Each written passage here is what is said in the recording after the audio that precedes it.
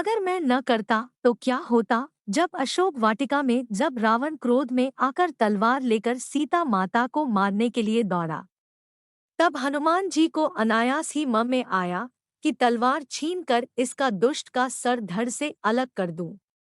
परंतु अगले ही क्षण उन्होंने देखा, मंदोदरी ने रावण का हाथ पकड़ लिया। यह देखकर हनुमान गदगद होकर सोचने लगे, यदि मैं अभी जाकर कुछ करता तो मुझे भ्रम हो जावा कि यदि मैं न होता तो सीता जी को कौन बचाता। परंतु ये क्या? सीता जी को बचाने का कार्य तो प्रभु ने स्वयं रावण की पत्नी को ही दे दिया। यह देखकर हनुमान जी यह समझ गए कि प्रभु जिससे जो कार्य कराना चाहते हैं वह उसी से करवाते हैं। कुछ क्षण बाद जब त्रिजटा ने कहा, मैंने रात में स्वप्न देखा कि लंका में एक अजब सा बंदर आया हुआ है और उसने लंका जला दी है। यह सुनकर हनुमान जी को बड़ी चिंता हुई। वो सोचने लगे, प्रभु ने तो लंका जलाने के लिए कहा ही नहीं है।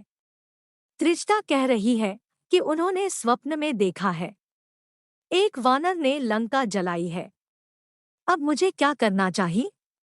सोचते हुए हनुमान जी ने श्रीराम का नाम लिया और सब कुछ उन्हीं पर छोड़ दिया।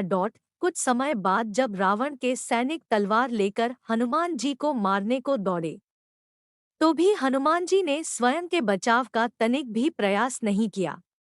तभी विभीषण ने आकर कहा कि दूत को मारना अनीति है। तो हनुमान जी समझ गए कि मुझे बचाने के लिए प्रभु ने यह उपाय कर दिया है। आश्चर्य की बात तो तब हुई जब रावण ने कहा कि बंदर को मारा नहीं जाएगा, इसकी पूंछ में कपड़ा लपेटकर घी डालकर आग लगाई जाए। यह सुनकर हनुमान जी सोचने लगे, त्रिजटा की बात सच थी, वरना लंका को जलाने के लिए मैं कहाँ से घी, तेल, कपड़ा आदि लाता और कहाँ आग ढूंढता। हे प्रभु, वह प्रबंध भी आपने रावण से करा दिया। जब आप रावण से भी अपना काम करा लेते हैं तो मुझसे करा लेने में आश्चर्य की क्या बात है। इसलिए सदैव याद रखें कि संसार में जो हो रहा है वह सब ईश्वरीय कृपा है। हम और आप तो केवल निमित्त मात्र हैं।